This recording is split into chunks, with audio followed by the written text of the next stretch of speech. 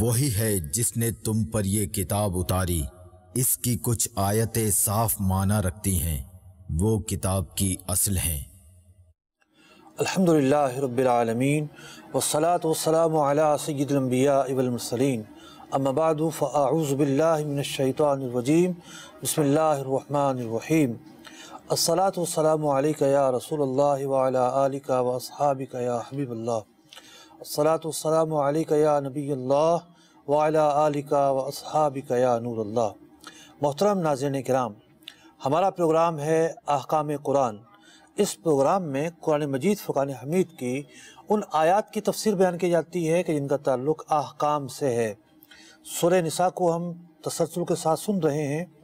کسی جگہ پر ہم نے ترتیب کو کچھ توڑا بھی ہے، کچھ موضوعات کو ایک ساتھ کرنے کے لیے، لیکن اکثر جو آیتیں ہیں احکام کی آیتیں وہ ہم ترتیب کے ساتھ بیان کرتے ہوئے اس کی تفسیر بیان کر رہے ہیں۔ آج کی آیت مبارکہ جس کا انتخاب کیا گیا اس کا نمبر ہے 101۔ اس آیت مبارکہ میں اللہ رب العزت نے نماز قصر کے تعلق سے جو بنیادی حکم ہے وہ بیان فرمایا۔ آئیے اس آیت مبارکہ کی تلاوت اور ترجمہ سنتے ہیں۔ قرآن کی روشنی وَإِذَا ضَرَبْتُمْ فِي الْأَرْضِ فَلَيْسَ عَلَيْكُمْ جُنَاحٌ أَن تَقْصُرُوا مِنَ الصَّلَاةِ إِنْ خِفْتُمْ أَن يَفْتِنَكُمُ الَّذِينَ كَفَرُوا إِنَّ الْكَافِرِينَ كَانُوا لَكُمْ عَدُوًّا مُبِينًا۔ اور جب تم زمین میں سفر کرو تو تم پر گناہ نہیں کہ بعض نماز قصر سے پڑھو، اگر تمہیں اندیشہ ہو کہ کافر تمہیں ایذا دیں گے، بے شک کفار تمہارے کھلے دشمن ہیں۔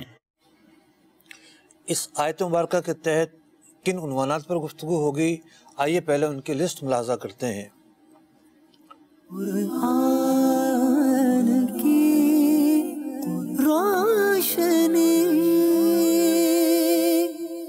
سورہ نساء کی آیت نمبر 101 کے تحت بیان ہونے والے اہم نکات یہ ہیں۔ نمبر 1، سفر کتنی طرح کا ہوتا ہے۔ نمبر 2، کیا خوف کا پایا جانا قصر کے لیے ضروری ہے۔ نمبر 3، کتنی مسافت کا سفر ہو تو نماز قصر کی جاتی ہے۔ نمبر 4، قصر نماز کے اہم مسائل۔ نمبر 5، سفر کی ابتدا کہاں سے شمار کی جائے گی۔ نمبر 6، کتنے دن کا سفر ہو تو مسافر ہونا کہلائے گا۔ نمبر 7، نوکری پیشہ افراد مسلسل آنا جانا رکھتے ہیں، کیا قصر کریں گے۔ نمبر 8، امام مسافر ہو تو مقیم مقتدی کس طرح نماز پڑھیں گے۔ نمبر 9، قصر کے بجائے پوری نماز پڑھنے کا حکم کیا ہے۔ نمبر 10، منا اور عرفات میں حجاج کرام پوری نماز پڑھیں گے یا قصر۔ آئیے بڑھتے ہیں اپنے پہلے موضوع کی طرف۔ اس آیت مبارکہ کی جو ابتدا کی گئی ہے، فرمایا گیا وَإِذَا ضَرَبْتُمْ فِي الْأَرْضِ، جب تم زمین میں سفر کرو، تو یہاں لفظ زمین جو ہے وہ ایک اتفاقی قید ہے، ورنہ سفر جو ہے وہ کسی بھی راستے کا ہو، وہ سمندری سفر ہو، وہ بحری سفر ہو، وہ ہوائی سفر ہو، قصر کے جو مسائل ہیں تمام کے تمام سفروں میں برابر ہیں۔ یہ ایک دلچسپ نقطہ علامہ ابن عربی مالکی، ایک تو علامہ ابن عربی مشہور ہیں صوفی بزرگ کے طور پر، وہ یہاں مراد نہیں ہیں۔ ابن عربی مالکی جو ہیں وہ صاحب تفسیر احکام قرآن ہیں۔ انہوں نے بڑا ہی ایک عمدہ نقطہ بیان کیا کہ لفظ سفر کو بیان کرنے کے بجائے یہاں بیان کیا گیا وَإِذَا ضَرَبْتُمْ، ضرب یضرب تو مارنے کو کہتے ہیں۔ تو بات یہ کہ پرانے زمانے میں جو سفر ہوتا تھا جانوروں پر ہوتا تھا، اور جانوروں کو ہانکنے کے ساتھ ساتھ یہ سفر آگے بڑھتا تھا، تو جانوروں کو چھڑی وڑی بھی مار دیا کرتے تھے اور ہانکنے کے لیے آوازیں بھی نکالی جاتی تھیں۔ تو اس لیے سفر کے اس زمانے کی جو لغت تھی اس میں سفر کے لیے ضربتم کا جو لفظ ہے یہ بولا جانا انتہائی فصیح لفظ شمار ہوتا تھا، اسی لیے قرآن مجید فرقان حمید نے اس لفظ کے ساتھ سفر کی تعبیر بیان فرمائی۔ تو علامہ ابن عربی رحمۃ اللہ تعالیٰ علیہ نے سفر کی اقسام پر بھی گفتگو کی، تقریباً 15 کے قریب سفر کی جو اقسام ہیں وہ آپ نے بیان کی، اگرچہ کہ ہمارا موضوع تو نماز قصر کے مسائل ہیں، لیکن ضمنی طور پر ہم چند باتیں سن لیتے ہیں۔ آپ نے فرمایا ایک سفر وہ ہوتا ہے جو ہجرت کا سفر ہو، اور آج بھی کچھ اسباب ایسے ہیں جن کی وجہ سے ہجرت جو ہے اس کے مواقع موجود ہوتے ہیں، جیسا کہ کوئی شخص ایسی جگہ پر ہے جہاں گناہ ہو رہے ہیں، اس کا وہاں رہنا اس کے دین کے لیے نقصان دہ ہے، اس کی عزت کے لیے نقصان دہ ہے، اس کی جان و مال آبرو کے لیے نقصان دہ ہے، تو بلا شبہ وہ شخص جو ہے وہاں سے نقل مکانی کرے گا اور ایسی جگہ پر جائے گا جہاں دین کے اعتبار سے امن ہو اور دیگر اسباب سے امن ہو۔ تو ایک تو سفر کی یہ قسم ہے کہ جو سفر ہجرت کہلاتی ہے۔ اللہ رب العزت نے قرآن مجید فرقان حمید میں ارشاد فرمایا وَإِمَّا يُنْسِيَنَّكَ الشَّيْطَانُ فَلَا تَقْعُدْ بَعْدَ الذِّكْرِ مَعَ الْقَوْمِ الظَّالِمِينَ، اگر شیطان تمہیں بھلا دے تو یاد آنے پر مت بیٹھو ان لوگوں کے ساتھ جو ظالمین ہیں، جو گناہ کرنے والے ہیں، بری صحبت رکھتے ہیں۔ تو بری صحبت سے دور رہنا یہ بھی مطلوب قرآن ہے۔ آپ نے ایک روایت بیان کی امام مالک رحمۃ اللہ تعالی علیہ سے کہ امام ابن قاسم بیان کرتے ہیں کہ میں نے امام مالک رحمۃ اللہ تعالی علیہ کو یہ کہتے ہوئے سنا لا يحل لأحد ان يقیم ببلد صب فیہ السلف، کہ کسی مسلمان کا ایسی زمین پر رہنا جائز نہیں ہے کہ جہاں پر اسلاف کو گالیاں دی جاتی ہوں۔ تو اگر کسی ایسے جگہ پر ہے، ظاہر بات ہے بچے اس جگہ پر رہیں گے، غلط پرورش پائیں گے، تو مسلمان ہر بری جگہ سے دور رہے، یہ سفر ہجرت کہلاتا ہے۔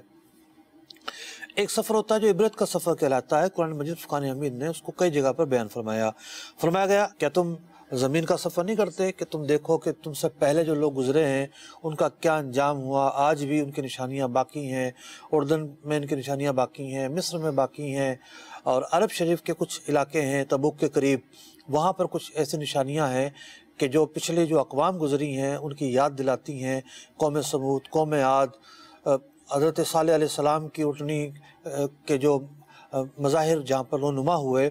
تو کچھ سفر وہ ہوتے ہیں جنہیں سفر عبرت کہا جاتا ہے، اور بندہ جا کر وہاں پچھلی اقوام کے معاملات دیکھتا ہے۔ ایک سفر سفر حج ہے جو کہ ایک دینی سفر ہے، ایک سفر سفر جہاد ہے۔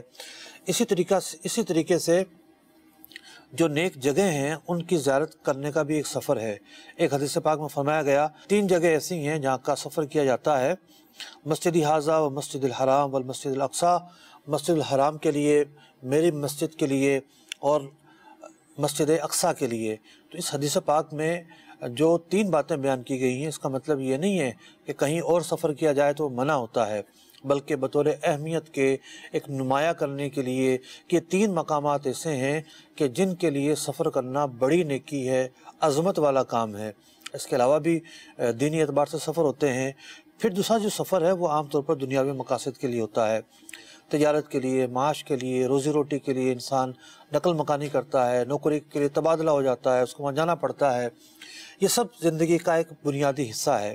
قرآن مجید فرقان حمید میں ارشاد ہوتا ہے لیس علیکم جناح ان تبتغوا فضلا من ربکم، تم پر کوئی گناہ نہیں ہے کہ تم اپنے رب کا فضل تلاش کرو، اور فضل تلاش کرنے کے لیے سفر اختیار کرو، تو اس میں کوئی بری بات نہیں ہے۔ انسان جو ہے وہ لامحالہ کہیں نہ کہیں کا سفر کرتا ہی رہتا ہے۔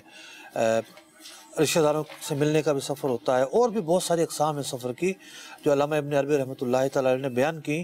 غرض کلام یہ تھا کہ سفر چونکہ ایک زندگی کا حصہ ہے، مختلف عنوانات کے تحت، مختلف مقاصد کے تحت سفر جو ہے وہ کیا جاتا ہے۔ تو آخر یہ دیکھتے ہیں کہ سفر کے حوالے سے جو نمازوں کا معاملہ ہے اس میں کیا حکم ہے۔ سورہ نساء کی آیت نمبر 101 ہے، 101 آیتوں مبارکہ ہے، اس میں بیان فرمایا کہ اذا ضربتم فی الارض فلیس علیکم جناح، کہ جب تم سفر پر نکلو تو پھر اب تم نے نمازیں کس طرح پڑھنی ہے، ان تقصروا من الصلاۃ، تو اب نماز جو ہے اس میں قصر کرنا ہے، نماز جو ہے وہ پوری نہیں پڑھنی۔ فرمایا گیا ان خفتم، اگر تمہیں یہ ڈر ہو، ان یفتنکم الذین کفروا، کہ جو کفار ہیں وہ تمہیں فتنے میں ڈال دیں گے، اگر تمہیں یہ ڈر ہو تو پھر تم پر کوئی حرج نہیں ہے کہ تم نماز کو قصر ادا کرو۔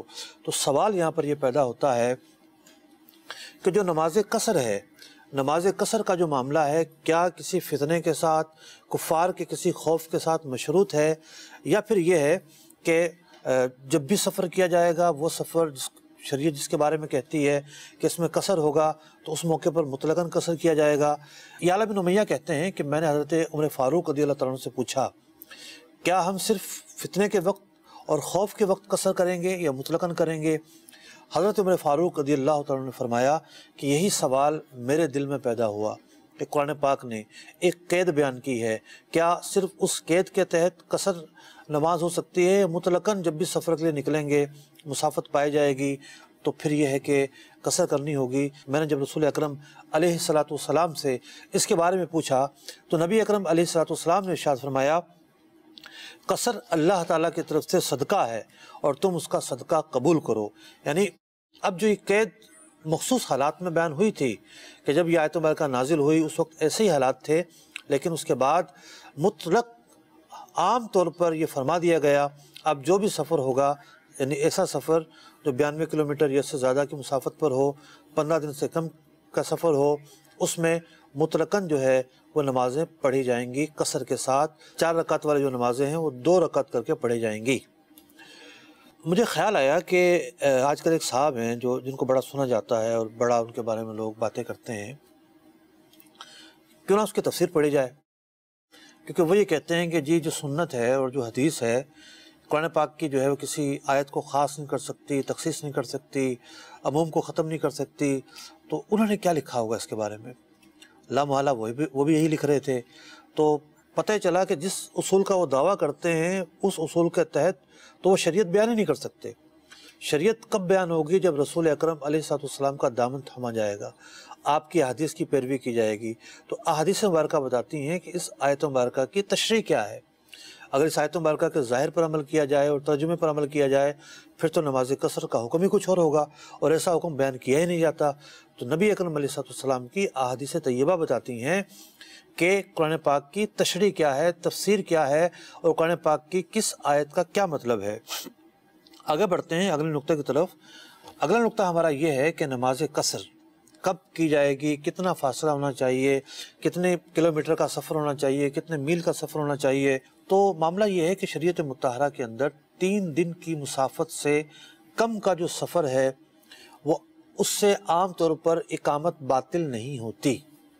اب 3 دن سے کیا مراد ہے؟ پرانے زمانے کے اندر ہوتا یہ تھا کہ قافلے جانوروں پر، سواریوں پر سفر کیا کرتے تھے اور لوگ فجر کے بعد سفر کا آغاز کرتے تھے، ظہر تک ان کا سفر باقی رہتا تھا، پھر وہ پڑاؤ ڈالتے تھے، کھانے پینے کا اہتمام کرتے تھے اور رات وہاں گزارتے تھے، پھر اگلے دن فجر کے بعد پھر نکلتے تھے، پھر وہی معمول ہوتا تھا، پھر تیسرے دن پھر نکلتے تھے، اور پھر جو ہے ظہر تک ان کا سفر رہتا، اور ظہر کے بعد جو ہے پھر وہ ان کا آرام ہوتا، کھانا پینا ہوتا، رات کو سو جاتے، فجر کے بعد دوبارہ سفر شروع کرتے۔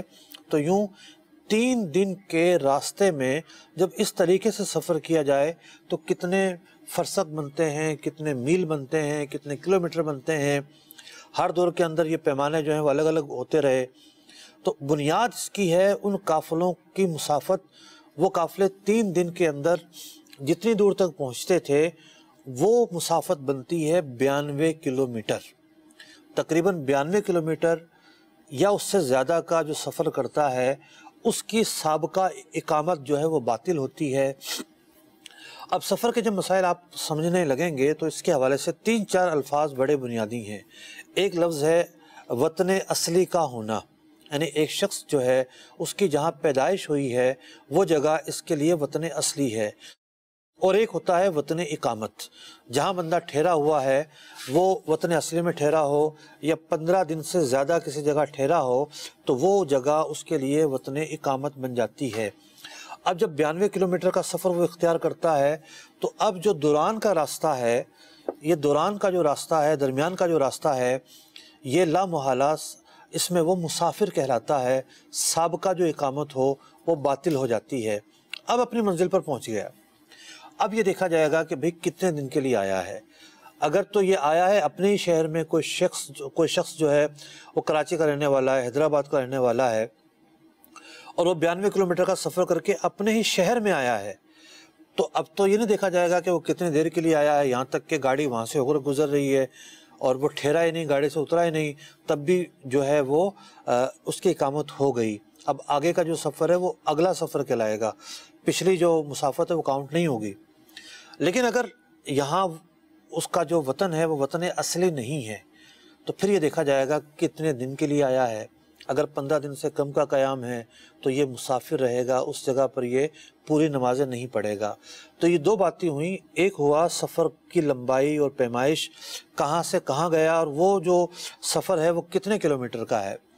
92 کلومیٹر کا اگر سفر ہے تو جو سفر کے دورانیہ ایریا ہے، درمیان میں جو ہے وہ راستے میں مسافر ہوگا۔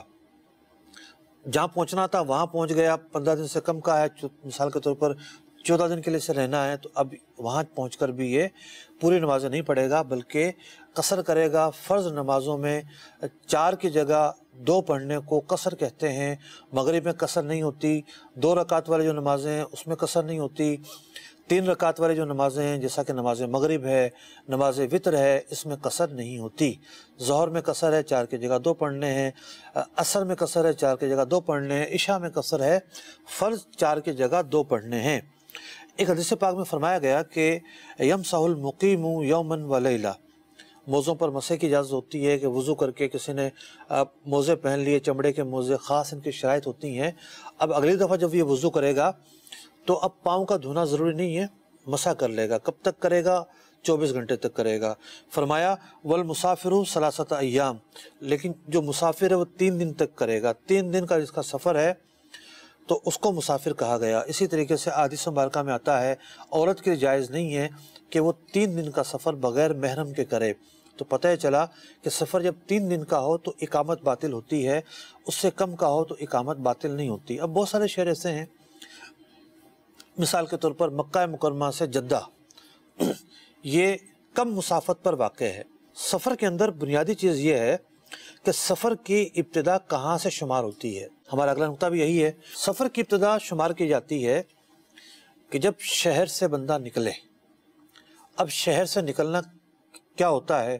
بھئی ایک تو یہ ہوتا ہے کہ شہروں کے آگے ایک پولیس کی حدود بندیاں ہوتی ہیں کہ جناب پولیس کی حدود ختم ہو گئی، اب اگلے شہر کی پولیس ڈیل کرے گی، پچھلے کی نہیں کرے گی۔ یہ حدود بندیاں یہاں معتبر نہیں ہیں۔ یہاں کیا چیز معتبر ہے کہ شہر کی آبادی جہاں تک موجود ہے وہاں تک شہر ہے۔ پھر بعض شہروں میں یہ ہوتا ہے کہ شہر کے بعد بھی کچھ ایسی چیزیں ہوتی ہیں کہ جو شہر ہی کے تابع ہوتی ہیں۔ تو شہر کی آبادی جہاں تک چلے گی وہاں تک سفر کا آغاز نہیں ہوگا۔ جیسا کہ کراچی سے نکلنے والا ٹھٹھا جا رہا ہے تو وہ نئی کراچی سے لے کر لانڈی اگر قائد آباد اگر پہنچتا ہے تو میں سمجھتا ہوں کہ شاید 40 کلومیٹر کا سفر بن جائے، لیکن یہ ایریا شمار نہیں ہوگا، بلکہ جب اس روڈ سے کراچی کی آبادی ختم ہوگی اس کے بعد جو ہے پھر وہ اس کا جو سفر کی جو وہ حد بندی ہے وہ شروع ہوگی۔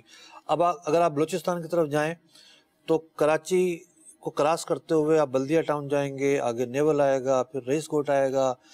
حب تک آبادی بالکل ملی ہوئی ہے، کہیں بھی ایسا نہیں ہے کہ آبادی نہ ہو۔ اب حب تک وہ شخص جو ہے اس کا سفر شروع ہی نہیں ہوگا۔ جیسے اس نے حب کو کراس کیا اب اس کا سفر شروع ہوگا، اب اس کو خزدار جانا ہے، گڈانی جانا ہے، کسی اور طرف جانا ہے، تو اب دیکھا جائے گا کہ آگے کا جو سفر وہ کتنے کلومیٹر بنا۔ تو ان شہر کی آبادی سے نکل کر پھر اگلا جو مقام ہے اس کو ماپا جاتا ہے، اور اگلے مقام میں بھی یہ دیکھا جاتا ہے، مثال کے طور پر کوئی کراچی سے حیدرآباد جا رہا ہے، اب کراچی سے تو اس کا سفر شروع ہو گیا، تو اب حیدرآباد کی آبادی جیسے شروع ہوگی بس اب وہ جو کاؤنٹنگ تھی وہ ختم ہو جائے گی۔ تو دیکھا جائے گا کہ ان دونوں شہروں کے درمیان جو فاصلہ تھا اگر وہ 92 کلومیٹر سے زیادہ ہے، اور لامحالہ حیدرآباد کا تو زیادہ ہے، تقریباً جو 150 کلومیٹر تو بنتا ہے تقریباً، یا اس سے زیادہ بنتا ہے۔ تو بہت سارے ایسے شہر ہیں کہ جن میں گھر سے گھر تک اگر کا فاصلہ دیکھا جائے تو بندہ مسافر بن جاتا ہے، لیکن جو ضابطہ میں نے بیان کیا ہے اس ضابطے کو اگر دیکھا جائے تو بندہ مسافر نہیں بنتا، اور اسی ضابطے کو فالو کرنا ہوتا ہے۔ نبی اکرم نور مجسم صلی اللہ تعالیٰ علیہ وسلم حج کے سفر کے لیے جب نکلے تو آپ صلی اللہ علیہ وسلم نے ذوالحلیفہ کے مقام پر جو آج کل ابیار علی کا مقام کہلاتا ہے، جہاں میقات کی مسجد واقع ہے، یہاں پہنچ کر رسول اکرم علیہ السلام نے نماز قصر ادا فرمائی۔ لیکن آج کے دور میں مدینہ منورہ سے نکلنے والا یہاں پر نماز قصر ادا نہیں کرے گا۔ اس کی وجہ یہ ہے کہ جب یہ حدیث پڑھی میں نے تو میرے ذہن میں خیال آیا کہ یہ تو ایک عام مسئلہ ہے، اور لوگ احرام جا کے یہی مانتے ہیں مسجد ابیار علی پر مدینہ منورہ سے نکلنے والے، اور وہاں نمازیں بھی پڑھتے ہیں، اور ان کی جو منزل ہے مکہ مکرمہ وہ کافی دور ہے، 300 کلومیٹر سے زیادہ کا سفر ہے۔ تو اس جگہ پر وہ آج کے دن قصر نمازیں پڑھیں گے، پوری نمازیں پڑھیں گے۔ حدیث میں تو یہ ہے کہ رسول اکرم علیہ السلام جب مدینہ منورہ سے نکلے، اس جگہ پر پہنچے تو آپ نے اور آپ کے ساتھیوں نے نماز جو ہے وہ قصر ادا فرمائی۔ لیکن جو فقہ کا ضابطہ ہے اس ضابطے کے تحت دیکھا جائے گا آج اس جگہ کی کیا پوزیشن ہے۔ تو میں نے 2 اسلام بھائیوں سے گزارش کی کہ آپ لوگ نکلیں اور ذرا مختلف راستوں سے یہ دیکھیں کہ آبادی اب مل گئی ہے یا آبادی کا انقطاع ہے۔ ذوالحلیفہ ابیار علی کے مقام میں اور مدینہ منورہ کی جو آبادی ہے اس کے مقام میں کوئی فاصلہ ہے یا آبادی مل چکی ہے؟ تو آج کے دور میں آبادی پوری طرح سے مل چکی ہے اور کسی بھی طرح سے کوئی فاصلہ اور انقطاع نہیں ہے، اور ایسا بھی نہیں ہے کہ اس جگہ کو الگ شہر شمار کیا جاتا ہو، جیسا کہ پنڈی اور اسلام آباد اس کی آبادی تو ملی ہوئی ہے لیکن ان کو الگ شہر شمار کیا جاتا ہے، تو کچھ مسائل میں فرق آئے گا۔ یہ تو نہیں ہوگا کہ اسلام آباد سے نکلنے والا پنڈی میں قصر کرے کیونکہ فاصلہ کم ہے ان دونوں شہروں کا۔ تو یہ جو مقامات ہیں یہ مقامات الگ الگ شہر بھی نہیں ہیں، مدینہ منورہ ہی کے تابع ہے۔ تو یہ جگہ ایسی ہے جہاں پر آج بھی نماز جو ہے وہ پوری ادا کریں گے، اور پھر جب یہ جگہ چھوڑتے ہیں تو اب جو ہے ویرانہ شروع ہو جاتا ہے، آبادی ختم ہو جاتی ہے، اور اس سے آگے جب ایک مسافر آگے بڑھتا ہے مکہ مکرمہ کے لیے تو وہاں پہنچ کر یہ مسافر راستے میں اب کسی بھی جگہ نماز پڑھے گا تو یہ نماز جو ہے وہ قصر ادا کرے گا، پوری نماز نہیں پڑھے گا۔ ایک اور موضوع ہمارا یہ تھا کہ کتنے دن کا مسافر ہو تو مسافر ہونا کہلاتا ہے۔ اگر کوئی شخص ایک جگہ سے دوسری جگہ جا رہا ہے، 92 کلومیٹر سے زیادہ کا سفر ہے، اور یہ سفر ایک ایسی جگہ کے لیے ہے جو اس کا وطن اصلی نہیں ہے، تو اب دیکھا ہی جائے گا کہ 15 دن سے کم کا اگر ارادہ ہے تو پھر یہ وہاں جا کر قصر کرے گا، ورنہ قصر نہیں کرے گا۔ بہت سارے لوگ جاتے ہیں انہیں پتہ ہی نہیں ہوتا کتنے دن کے لیے ہمیں ٹھہرنا ہے، تو وہ بھی قصر ہی پڑھیں گے۔ ایک شخص 12 دن ٹھہرا، پھر 10 دن مزید ٹھہرنے کا ارادہ بن گیا، اب جناب اس کا جو سفر ہے مجموعی طور پر 22 دن کا ہوا، لیکن یہ پھر بھی قصر نماز ہی پڑھے گا۔ اس کی وجہ یہ ہے کہ اس کی 2 نیتیں ہیں، پہلے 12 دن کی نیت تھی، 15 دن سے کم شمار ہوئی، اب جب اگلے نیت کی تو پہلے دن سے شروع نہیں ہوگی، جس دن سے اس نے نیت کی اس دن سے اس کے سفر کی جو ہے دوبارہ کاؤنٹنگ شروع ہوگی۔ اب یہ 2 الگ الگ حصوں میں یہ کاؤنٹنگ ہوئی، اور کوئی بھی ایک کاؤنٹنگ 15 کے عدد کو نہیں چھوتی، 15 دن کو نہیں چھوتی، اس لیے یہ شخص مسافر ہی رہا، اور یہ بڑا کثیر الوقوع مسئلہ ہے، اور بہت سارے لوگ اس مسئلے کے بارے میں پوچھتے ہوئے نظر آتے ہیں۔ نوکری پیشہ افراد ہیں، مسلسل آنا جانا رکھتے ہیں، مثال کے طور پر ایک شخص جو ہے اس کی فیملی اسلام آباد میں رہتی ہے، جاب اس کی اسلام آباد میں، وطن اصلی اس کا حیدرآباد میں، یا وطن اصلی دوسری مسئلے کے اندر اس کا لاہور میں ہے، اب لاہور سے وہ اپنا اسلام آباد میں آتا ہے اور فیملی اس کی وہیں رہتی ہے، 14 دن کے بعد دوبارہ اس کو چلا جانا ہے اسلام آباد یا حیدرآباد۔ اب وہ یہ کہتا ہے کہ میری فیملی تو یہاں رہتی ہے اور میں آیا 14 دن کے لیے ہوں، مجھے دوبارہ کسی وجہ سے مختلف شہروں میں جانا ہے اور سفر کرنا ہے، تو جناب اگرچہ کہ آپ کی فیملی یہاں رہتی ہو تب بھی آپ مسافر ہی ہوں گے، کیونکہ یہ جو جگہ ہے آپ کی جہاں آپ مقیم ہیں یہ آپ کی عارضی اقامت ہے، اسی لیے اس جگہ کو وطن اقامت کہا گیا ہے، وطن اصلی نہیں کہا گیا ہے۔ تو یہ ایک مغالطہ ہوتا ہے لوگوں کے اندر، ایک ذہن کے اندر اٹھنے والا سوال ہوتا ہے، لوگ آپس میں خود ہی ڈسکس کر کے فیصلہ کر لیتے ہیں کہ نہیں جناب ہم تو جو ہیں وہ مقیم ہو گئے، حالانکہ صورت کے اندر وہ مقیم نہیں بن رہے ہوتے بلکہ وہ آلریڈی مسافر ہی رہیں گے۔ ایک بڑا اہم مسئلہ درپیش ہوتا ہے کہ امام مسافر ہے، مقتدی مقیم ہے۔ اب 2 صورتیں بنتی ہیں یہاں پر، ایک صورت یہ بنتی ہے کہ امام جو ہے وہ مقیم ہے، جس طرح کہ عام طور پر جو امام مسجد ہوتا ہے تو امام مسجد جو ہے وہ وہی قیام پذیر ہوتا ہے، لوگ کسی بھی طرح کے ہوں، مسافر ہو یا مقیم ہو، اس سے کوئی فرق نہیں پڑتا. یعنی مقتدی، یعنی امام اگر مقیم ہے اور مقتدی کسی بھی طرح کا ہے تو امام کے پیچھے 4 ہی پڑھی جائیں گی. یہ مسئلہ ذہن نشین رہنا چاہیے. لیکن اگر امام جو ہے وہ مسافر ہو گیا تو مقتدی کیا کریں گے؟ اچھا، بعض اوقات امام بھی انسان ہے، امام بھی شریعت کا مکلف ہے. بعض اوقات جس طرح ہمارے شہروں میں عام طور پر دیگر شہروں سے آئے ہوئے حضرات جو ہیں وہ امامت کرواتے ہیں. بعض اوقات ان کے ساتھ یہ دلچسپ صورتحال پیدا ہو جاتی ہے کہ وہ اپنے گاؤں سے آئے اور یہاں آ کر انہوں نے نمازیں پڑھانا شروع کی، لیکن کسی وجہ سے ان کو دوبارہ سفر پر جانا ہے اور 92 کلومیٹر سے زیادہ کا سفر ہے. وہ آئے 12 دن کے لیے، اب نمازیں کیسے پڑھائیں؟ فجر پڑھا لیں گے، مغرب پڑھا لیں گے، لیکن ظہر، عصر، عشاء اگر وہ پڑھائیں گے تو 2 پڑھانی پڑے گی. اب مسجد کے اندر عجیب کیفیت ہوتی ہے کہ 2 پڑھا رہے ہیں تو نمازی پیچھے والے کیسے نماز پڑھیں گے، ایک الگ مسئلہ ہے. تو اول تو ایسے امام کو رعایت دینی چاہیے کہ وہ پیچھے کھڑا ہو جائے، اور اگر مؤذن ایسا باصلاحیت موجود ہے کہ وہ نماز پڑھا سکتا ہے تو وہی نماز پڑھائے، کیونکہ لوگوں کو سمجھ میں نہیں آئے گی اور پرابلمس پیدا ہوں گے اور پتہ نہیں چلے گا کہ اب یہ ہو کیا رہا ہے. اور اگر امام شرما شرمی کرے اور لوگوں کو بتائے نہ کہ میں نے سفر پر جانا ہے، میں تو مسافر ہوں، تو یہ امام کی غلطی ہے. کمیٹی صورتحال کو نہ سمجھے، وہ امام پر ڈنڈا لے کر کھڑی ہو جائے کہ نہیں جناب نماز آپ نے 4 ہی پڑھانی ہے، وہ بھی غلطی پر ہوں گے. تو اگر امام جو ہے وہ امام مثال کے طور پر مسافر ہے تو کیسے نماز پڑھی جائے گی؟ امام نے ظہر کی نماز پڑھانی ہے، عصر کی پڑھانی ہے، عشاء کی پڑھانی ہے، امام 2 رکعت ہی پڑھائے گا. نمازیوں کو پہلے سے بتا دے گا طریقہ کہ بھئی میرے پیچھے آپ نے کرنا کیا ہے. سب سے پہلے وہ سلام پھیرے گا. سلام پھیرنے کے بعد مسنون یہ ہے کہ وہ اعلان کرے گا میں مسافر ہوں، میں نے 2 رکعتیں پڑھی ہیں، اور جو مقیم ہیں وہ اپنی نمازیں پوری کریں. اب مقتدی کیا کریں گے؟ مقتدی یہ کریں گے کہ مقتدی کھڑے ہوں گے، 2 رکعت انہوں نے پڑھنی ہے، وہ کھڑے ہوں گے، خاموش رہیں گے قیام کے اندر اتنی دیر تک جتنی دیر تک قرات کی جاتی ہے. خاموش کھڑے رہیں گے. رکوع سجود میں رکوع سجود کی تسبیحات پڑھیں گے. دوسری رکعت بھی اسی طرح پڑھیں گے، خاموش کھڑے رہیں گے اتنی دیر تک جتنی دیر قرات کی جاتی ہے تاکہ ان کا قیام پورا ہو سکے. پھر وہ رکوع سجود کر کے اتحیات پڑھ کے سلام پھیر دیں گے. یہ ہے مسافر امام کے پیچھے مقتدی جو مقیم ہوگا وہ کس طرح نماز پڑھے گا، اس کا یہ طریقہ ہے. اور منی اور عرفات کے اندر کیا ہوگا جناب؟ منی اور عرفات الگ بستیاں ہیں. جب ایک شخص کا ارادہ 15 دن ٹھہرنے کا ہو کسی جگہ پر تو وہ مقیم ہو جاتا ہے. تو اگر کوئی حاجی مکہ مکرمہ پہنچا اور اتنے دن ہیں کہ وہ منی جانے سے پہلے 15 دن مل گئے تو منی میں عرفات میں وہ پوری نمازیں ہی پڑھے گا. لیکن حاجی کے مکہ میں رہنے کے دن کم ہیں. مثال کے طور پر 7 تاریخ کو منی روانہ ہونا ہے اور وہ 12 دن اس سے پہلے اس کے بن رہے ہیں، اگرچہ کہ اگلے دن ملا کے مثال کے طور پر 15 دن بن جاتے ہیں، لیکن چونکہ وہ الگ بستیاں ہیں تو ایک جگہ پر 15 دن ٹھہرنے کی جو شرط تھی مقیم ہونے کے لیے وہ نہیں پائی گئی.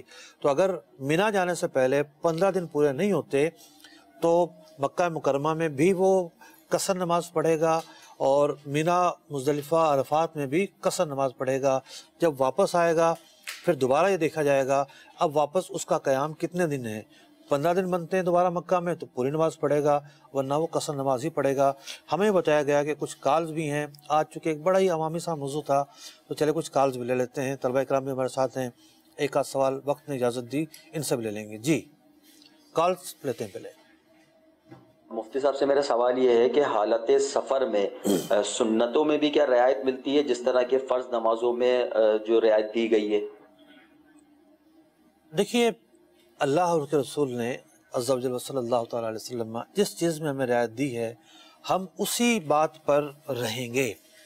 کہنے کو تو ایک سوال یہ بھی اٹھتا ہے کہ جناب پہلے سفر میں مشقت ہوا کرتی تھی اور آج تو سفر آسان ہو گئے ہیں، آج تو جہاز کے سفر ہو گئے ہیں، آدھے گھنٹے میں بندہ کہاں سے کہاں پہنچ جاتا ہے، 1.5 گھنٹے میں بندہ لاہور سے 1.5 یا 2 گھنٹے میں کراچی پہنچ جاتا ہے، ایک ملک سے دوسرے ملک پہنچ جاتا ہے. کتنا ہی آسان سفر ہو گیا ہو، جو 4 کی جگہ 2 پڑھنے کی رعایت ہے بہرحال وہ قیامت تک موجود رہے گی. جہاں تک بات سنتوں کی ہے تو سنتوں کے تعلق سے ہمیں رعایت اور گنجائش جو ہے وہ نظر نہیں آتی. البتہ علماء نے اتنی رعایت ضرور دی ہے کہ سفر کے 2 حصے ہوتے ہیں. ایک ہوتا ہے حالت فرار، یعنی ٹریولنگ ہو رہی ہے ایک گاڑی سے اترنا ہے، دوسرے گاڑی میں بیٹھنا ہے، مسلسل ٹریولنگ جاری ہے، ٹرین نکلنے کا اندیشہ ہے، بس نکلنے کا اندیشہ ہے، یہ ہے حالت فرار۔ اور ایک ہوتی ہے حالت قرار۔ مثال کے طور پہ ایک بندہ 10 دن کے لیے کہیں گیا ہے، اب ٹریولنگ تو اس کی ختم ہو گیا، وہ جا کر اپنا کام نمٹا رہا ہے، یہ جو پوزیشن یہ حالت قرار کی ہے۔ تو حالت جو قرار ہے اس میں تو سنت موقدہ چھوڑنے کی بالکل اجازت نہیں ہے۔ حالت فرار جو ہے وہاں البتہ مجبوری کے تحت سنت موقدہ چھوڑے جا سکتی ہیں۔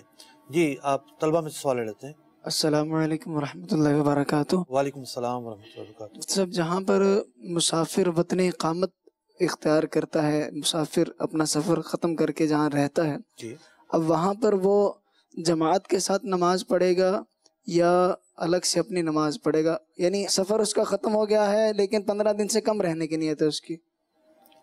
حالت قرار اس کی باقی ہے تو جماعت سے ہی نماز پڑھے گا، کیونکہ حالت قرار موجود ہے اور جماعت سے فرار کا کوئی عذر بھی نہیں ہے۔ جی مفتی صاحب کی بارگاہ میں عرض تھی کہ ایک شخص 92 کلومیٹر سے زائد سفر کا ارادہ رکھتا ہے اور اس کی نیت میں یہ بات بھی شامل ہے کہ وہ درمیان میں رستے کے دوران وہ کچھ گھنٹے قیام کر کے وہاں پہ آرام کرے گا یا پھر اپنی دیگر ضروریات کو پورا کرے گا، تو اس صورت میں سفر میں اتصال ضروری ہے یا نہیں ہے؟ دیکھیے، سفر جب بھی ہوتا ہے تو بندہ جو ہے کئی جگہوں پہ رکتا ہے، کئی جگہوں پہ پڑاؤ کرتا ہے۔ جس بات کو بنیاد بنایا گیا کہ جناب 92 کلومیٹر کی اصل کیا ہے، تو ہم نے سنا کہ 92 کلومیٹر کی جو اصل ہے وہ ہے پرانے زمانے کے قافلوں کا 3 دن کا سفر۔ پڑاؤ ڈالتے تھے، پھر آگے بڑھتے تھے، پڑاؤ ڈالتے تھے، پھر آگے بڑھتے تھے۔ اس پڑاؤ ڈالنے کے باوجود انقطاع شمار نہیں کیا گیا۔ ایک ہوتا ہے کسی جگہ پر کسی خاص سفری ضرورت کے تحت رکنا۔ سفری ضرورت کے تحت جو رکنا ہے، جیسے کوئی شخص جو ہے سرگودا سے کراچی آنا چاہتا ہے تو پہلے وہ فیصل آباد آیا، فیصل آباد آ کر تو ٹرین پکڑی، پھر کراچی آیا۔ اب فیصل آباد جو آنا ہے یہ الگ منزل شمار نہیں ہوگی، یہ راستے کا ایک سفری حصہ ہے۔ ایک ہوتا ہے مستقل کسی جگہ پر مقصود کے تحت رکنا، وہاں مسائل الگ ہو جاتے ہیں۔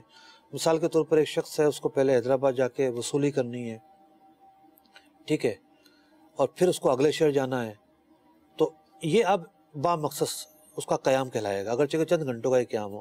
اور ایک سفر کا وہ حصہ ہوتا ہے جو سفری ضرورت کے تحت ہوتا ہے، کھانے پینے کے لیے، آرام کے لیے، تو اس کو الگ حصہ شمار نہیں کیا جاتا، وہ پورا سفر ایک ہی سفر کہلاتا ہے۔ تو محترم ناظرین کرام، اور بھی بہت سارے مسائل ہوں گے، آپ مزید بھی مسائل دیکھنا چاہتے ہیں تو مسافر کی نماز امیر اہل سنت حضرت مولانا محمد الیاس اتار قادری صاحب دامت برکاتہم العالیہ کا رسالہ ہے۔ اس رسالے میں بڑے آسان طریقے سے مسافر کے احکام لکھے ہوئے ہیں۔ چونکہ سفر ایک زندگی کا معمول ہے، زندگی کا حصہ ہے، سفر سے بندہ گزرتا رہتا ہے، تو مسافر کی نماز جو ہے یہ رسالہ ہے، الگ سے بھی پبلش ہوا ہے، نیٹ پر بھی موجود ہے، اور نماز کے جو احکام ہیں اس میں بھی موجود ہے۔ تو آپ حضرات اس رسالے سے بھی سفر کے جو بنیادی مسائل ہیں وہ سیکھ اور سمجھ سکتے ہیں۔ اللہ تبارک و تعالیٰ قرآن مجید فرقان حمید پر عمل کرنے کی توفیق عطا فرمائے، آمین بجاہ نبی الامین صلی اللہ تعالیٰ علیہ وسلم۔